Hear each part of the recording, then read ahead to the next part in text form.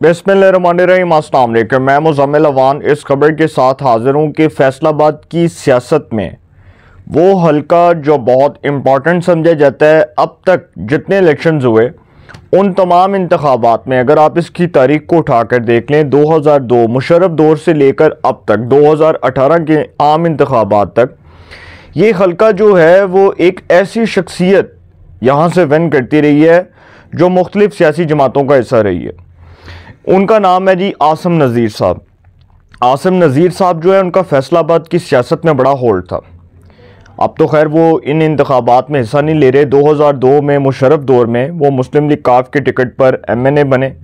2008 में वो पाकिस्तान मुस्लिम लीग काफ के टिकट पर फिर MNA बने।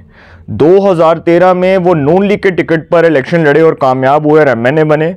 और 2018 में वो इंडिपेंडेंट आज़ाद हैसियत में इलेक्शन कॉन्टेस्ट कर रहे थे। फैसलाबाद उस वक्त ये हल्का NA 101 था इस हल्के से, और उस वक्त वो कामयाब हुए आज़ाद हैसियत में जीतकर, और उसके बाद वो तहरीक इंसाफ का हिस्सा बने और उन्होंने शिकस्त दी थी ज़फ़र ज़ुल्करनैन साई साहब को। आई थिंक वो जो साई ख़ानदान के हैं उनको शिकस्त दी थी।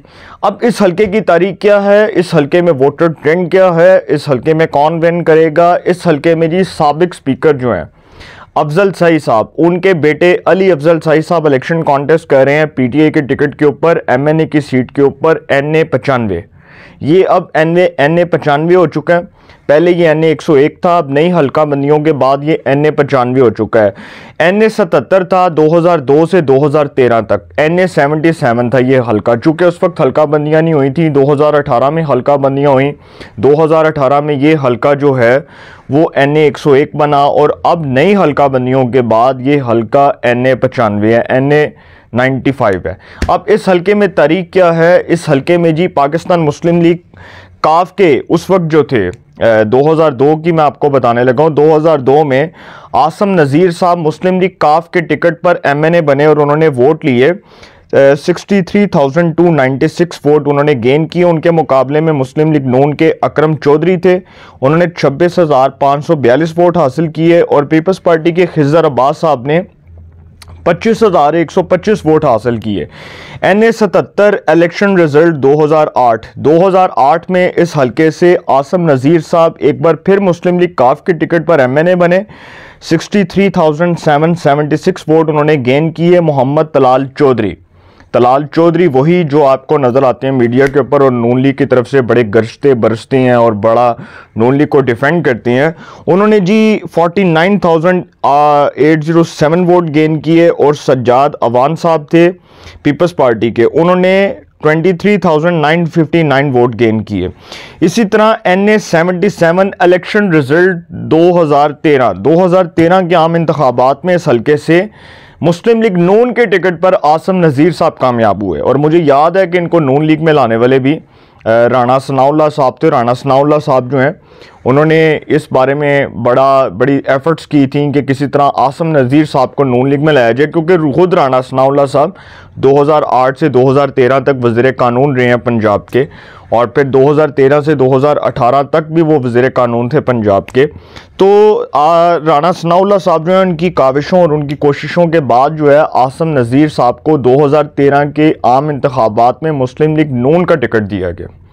ठीक है, मुस्लिम लीग नून के टिकट पर ये कामयाब हुए, और आसिम नज़ीर साहब जो हैं उन्होंने 97,957 वोट गेन किए। 2013 में नून लीग के टिकट पर इलेक्शन लड़े, कामयाब हुए। इनके मुकाबले में जी नईम असद खरल साहब थे, नईम असद खरल साहब, उन्होंने 10,148 वोट गेन किए। फिर 2018 में जो हल्का बनियाँ हुई, इस हल्के में आसिम नज़ीर साहब इंडिपेंडेंट आज़ाद हैसियत में इलेक्शन कॉन्टेस्ट कर रहे थे, और जब ये आज़ाद हैसियत में इलेक्शन कॉन्टेस्ट कर रहे थे तो इनके मुकाबले में ज़फ़र ज़ुल्करनैन साई साहब थे। पाकिस्तान तहरीक इंसाफ की तरफ से उनको टिकट मिला कौमी असम्बली की सीट पर, और आसिम नज़ीर साहब जो है इन्होंने 1,47,812 वोट हासिल किए, इंडिपेंडेंट आज़ाद हैसियत में जीते। उनके मुकाबले में ज़फ़र ज़ुल्करनैन साही ने 86,575 वोट हासिल किए। और पीपल्स पार्टी के तारक बाजवा साहब थे, उन्होंने 6,088 वोट हासिल किए। उसके बाद जी आसिम नज़ीर साहब जीतते हैं, कामयाब होते हैं, आज़ाद हैसियत में इलेक्शन कॉन्टेस्ट करते हैं, और उसके बाद वो हिस्सा बन जाते हैं पाकिस्तान तहरीक इंसाफ का। उसके बाद जब आपको पता है कि वो मुनहरिफ हुए अरकान और ये सारा ये खिचड़ी पकी, और पंजाब असम्बली में ख़ास करके जब पंजाब असम्बली में अब इसकी जो सूरत हाल है ना बड़ी बड़ी दिलचस्प है, वो मैं आपको बताने जा रहा हूँ। अब यहाँ पर होता क्या है कि जो हमजा शहबाज साहब को मुनहरिफ अरकान वोट देते हैं, जब उस्मान बुज़दार के ख़िलाफ़ तहरीक एतमाद की बातें होती हैं तो हमजा शहबाज साहब को मुनहरिफ अरकान में जो वोट देने वाले लोगों में शुमार होते हैं वो होते हैं हाजी अजमल हुसैन चीमा। हाजी अजमल हुसैन चीमा जो है वो इस सीट से NA 101 फैसलाबाद की जो कौमी असम्बली की सीट है उसके नीचे जो सूबाई असम्बली की सीट है PP 97, वहाँ से वो MP होते हैं। 2018 में वो आज़ाद हैसियत में जीतते हैं। हाजी अजमल हुसैन चीमा साहब जो हैं 2018 में इलेक्शन कॉन्टेस्ट करते हैं, आज़ाद हैसियत में जीतते हैं। और आज़ाद हैसियत में किससे जीते हैं? अली अफजल साई से। अली अफजल साई तहरीक इंसाफ के टिकट पर सूबाई असम्बली के उम्मीदवार थे और उनको शिकस्त हुई, और हाजी अजमल हुसैन चीमा आज़ाद हैसियत में जीत कर तहरीक इंसाफ का हिस्सा बने। पंजाब असम्बली में वो तहरीक इंसाफ का हिस्सा बन गए, उसमें शामिल हो गए। उसके बाद जी वो वज़ीर ट्रांसपोर्ट भी रहे, लेकिन जब उस्मान बुज़दार के ख़िलाफ़ वो मुनहरिफ अरकान ने वोट दिया तो उसमें हाजी अजमल हुसैन चीमा साहब भी मौजूद थे। हाजी अजमल हुसैन चीमा साहब भी मुनहरिफ होते हैं। उस सीट पर बाई इलेक्शन होता है, PP 97 की सीट पर पाकिस्तान तहरीक इंसाफ एक बार फिर चौधरी अली अफजल साई साहब को जो है वो टिकट जारी कर देती है। अफजल साई साहब को टिकट मिलता है। अफजल साई साहब उस सीट से इलेक्शन कॉन्टेस्ट करते हैं और सूबाई असम्बली की सीट पर कामयाब हो जाते हैं। उसके बाद अली अफजल साई साहब जो हैं वो मिनिस्टर बनते हैं, कम्युनिकेशन एंड वर्क्स के प्रोविंशियल मिनिस्टर बनते हैं। सूबाई वजारत मिलती है उनको, सूबाई वज़ीर बनते हैं। कम्युनिकेशन एंड वर्क्स के इतने बड़ी वजारत उनको मिल जाती है, इमरान खान के वो बड़े करीब हो जाते हैं। और उसके बाद जी आसिम नज़ीर साहब जो हैं वो अब के इलेक्शन से गायब हो जाते हैं इस कौमी असम्बली की सीट पर।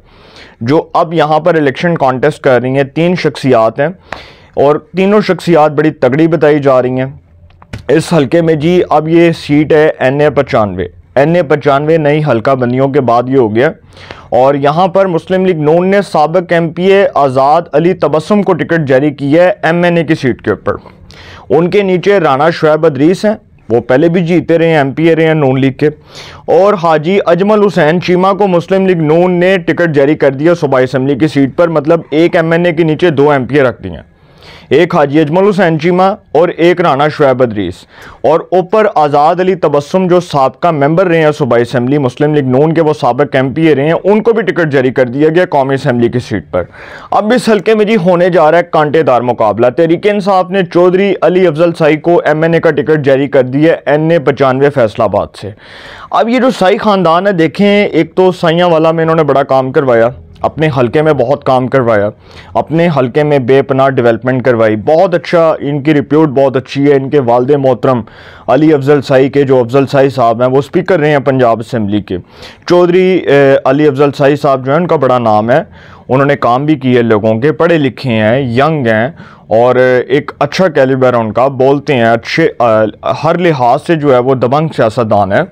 तो इनके जो चचे हैं गुलाम रसूल साई, कर्नल रिटायर्ड गुलाम रसूल साई, वो भी MNA रहे हैं। 2013 से 2018 तक नून लीग के MNA रहे हैं।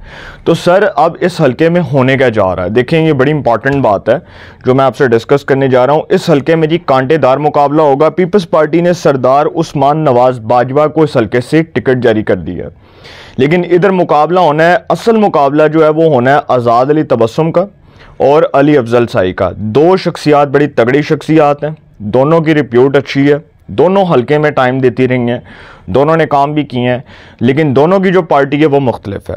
मुकाबला होगा कांटेदार, कुछ भी नहीं कहा जा सकता, अभी कुछ भी नहीं कहा जा सकता। देखिए अली अफजल साई साहब जो हैं वो भी जीतते रहे हैं और डेफिनेटली यहाँ पर आसिम नज़ीर साहब की जो शख्सियत है उसका इम्पेक्ट ज़रूर था, उनका अपना वोट भी था, उनकी अपनी शख्सियत का वोट था।